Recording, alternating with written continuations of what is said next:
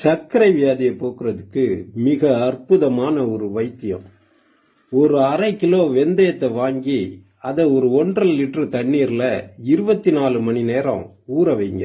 அதன் பிறகு அதை ஒரு வெள்ளை துணியில வடிகட்டி முடிச்சு போட்டு ஒரு பாத்திரத்துக்குள்ள வச்சிருங்க. அப்படி ஒரு 24 மணி நேரம் காத்திருந்தீங்கன்னா மஞ்சையும் வெள்ளையுமா முளை வந்த வெந்தயம் ஜொலிக்குதே ஜொலிக்குதே அப்படின்னு மின்னும்.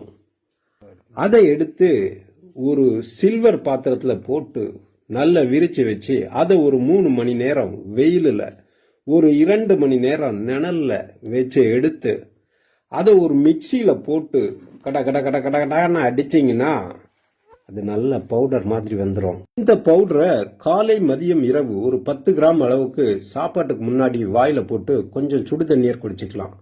அப்படி இல்லைன்னா சாப்பாட்டு கூடயே ஒரு 10 கிராம் அளவுக்கு அதை மென்று சாப்பிட்டுட்டு கொஞ்சம் சுடு தண்ணி குடிச்சிக்கலாம்.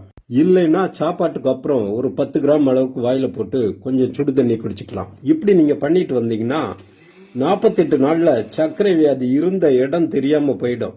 அதோட சர்க்கரைனால வரக்கூடிய கை கால் எரிச்சல், பாத வலி, தோல் வலி, நாவறட்சி, சோர்வு, சர்க்கரை புண், தைராய்டு சீரின்மை, மாதாந்திர சீரின்மை எல்லாமே சரியாகும். வாழ்க வளம்.